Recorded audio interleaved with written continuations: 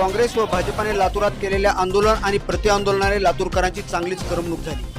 मात्र लातूरकरांच्या मूलभूत समस्या कोण सोडवणार असा प्रश्न आता लातूरकरांना पडला आहे। सूडबुद्धीचे राजकारण म्हणत काँग्रेसने भाजपाच्या विरोधात आंदोलन केले, तर भाजपाने चोराच्या उलट्या बोंबा म्हणत काँग्रेस पक्ष कार्यालयासमोरच आंदोलन करत याला प्रत्युत्तर दिले आहे। शुक्रवारी 18 तारखेला काँग्रेसच्या नेत्या सोनिया गांधी व राहुल गांधी यांच्यावरील ईडी कारवाईचा लातूरमध्ये काँग्रेसकडून तीव्र निषेध व्यक्त करत जोरदार निदर्शने करण्यात आली।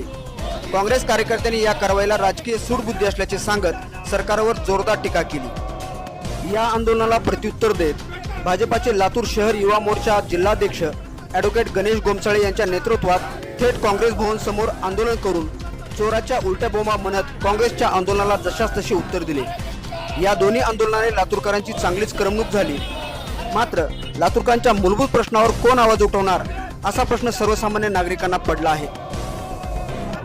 काल राहुल गांधी व सोनिया गांधी यांच्यावर नॅशनल हायरार्कीच्या विरोधामध्ये FIR जी लॉन्च झाली होती, दोष आरोपपत्र दाखल झालं। त्याच्या विरोधात काँग्रेसने भारतभर काहीतरी आंदोलन करण्याचा किंवा निषेध करण्याचा प्रयत्न केला। भारतामध्ये जेव्हा कुणावर गुन्हा दाखल होतो तेव्हा न्यायप्रविष्ट जेव्हा प्रकरण असतं तेव्हा न्यायालयाला अधिकार आहेत न्याय सिद्ध करायचा, त्यांना बडतर्फ करायची, पण शिक्षा द्यायची किंवा नाही।